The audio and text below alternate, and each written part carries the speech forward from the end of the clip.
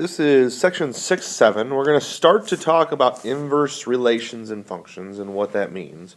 Okay, so the first part here of 6.7, we're going to find the inverse of a relation or a function. Okay, so in a relation, we talked about a relation as a set of ordered pairs. Okay, if a relation pairs element A of its domain and element B of its range. So if you have an ordered pair AB, okay, the inverse relation pairs B with A. In other words, essentially what's going to happen here is inverse means you switch the X and the Y. Okay? They use A and B, we're going to use X and Y. It doesn't really matter what the letters are, but the variables are. Okay? So in both a relation and if both a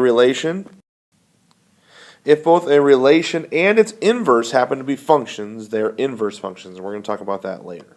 Okay? So, essential understanding here. Okay? The inverse of a function may or may not be a function. Okay? And we're going to talk about, again, a lot of this domain and range stuff at a part 3. Okay? This diagram shows a relation, relation R, and its inverse. Okay? The range of the relation is the domain of the inverse. For example, again, you're going to take your x's and your y's, you're going to switch places. And we're going to talk about domain and range a little bit more in part 3. So I'm not going to concern myself too much with this. But you'll notice the part that I want you to pay attention to is notice that from the relation to the inverse, the x's and the y's, or the domain and the range, flipped. And that's essentially what you're going to do here. So, to be able to find the inverse of a relation, okay, find the inverse of a relation. Here we go, we have a relation S, and we want to find the inverse. So again, to find the inverse, all we're going to do is we're going to switch the x's and the y's. So now the x's become the y's and the y's become the x's. So in this first column here, okay, the x's are going to be -1, 0, 2, and 3 for the inverse. And then the y values are going to be 0, 2, 3, and 4. Okay, this is the inverse. Now, again, we'll go through this a little bit later as well. This is the symbol for inverse. Okay.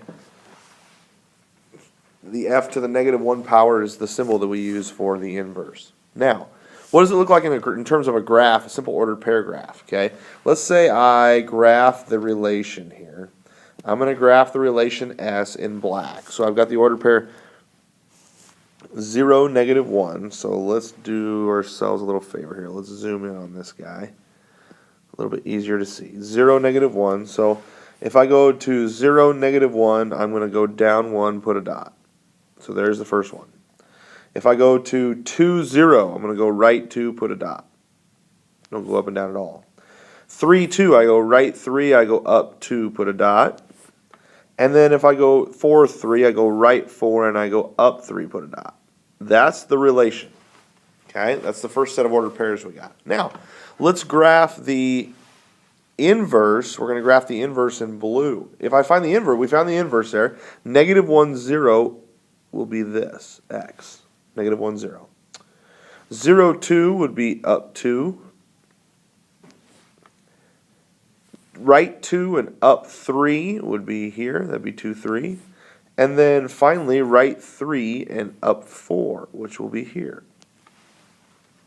Okay, now you'll notice as you look at these ordered pairs, what we've done is we've switched the y's and the x's. In other words, we're able to say that y equals x. And if you were to look at the equation and graph that equation, you would find out that the equation of that graph would be a line like this.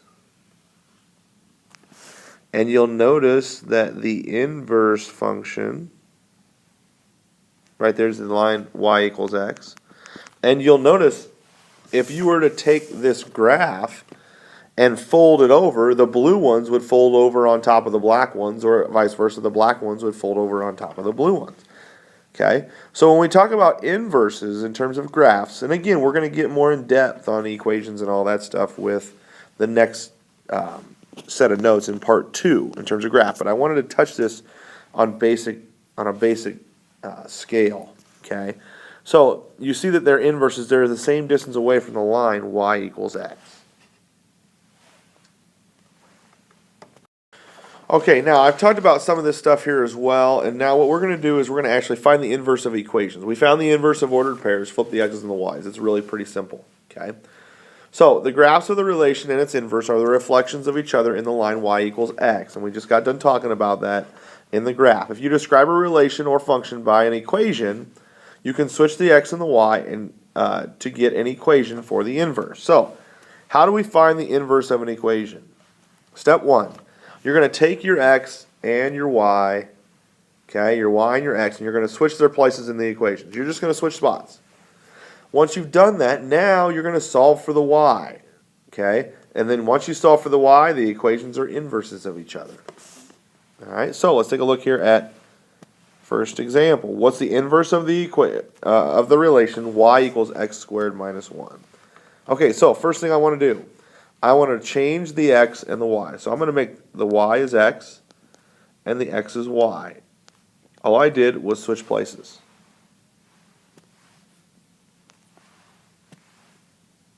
Okay. Now step 2 says solve for y. So in order to solve for y, I'm going to add 1. X plus 1 is y squared. And since I have a y squared, I have to take the square root of both sides. So the square root of y squared is y. And since I took the square root of a variable, I'm going to have two answers, plus and minus. And then I end up with the square root of x plus 1. Now y is by itself. So I'm finished in terms of my equation. And these two guys are inverses of each other. Okay. Now, let's take a look at the second one. Y equals 2x plus 8. Again, I'm going to switch places. My x is going to become the y. My y is going to become the x. And now I solve. Subtract 8 from each side. So x minus 8 is 2y. Divide everything by 2. And y is x minus 8, all divided by 2. Or, if you split it up, you would be x over 2, and 8 divided by 2 would be 4. Either way, I'll take either answer. Okay, now, as we look at these, again, these two guys right here, these are the inverse of that equation. Okay. Now, in part 2, as we're looking at it, all we did in part 1 was switch the x and the y in terms of ordered pairs, and then also take your x and y in the equations, switch them, and solve for the y variable. So we're going to take a look now in part 2 later. What does it look in terms of graphing? And then in part 3, we're going to talk about how to find domain and range of all these things. Okay. All right, so this concludes part 1 of section 6-7. Don't forget to complete your WSQ once you're done watching.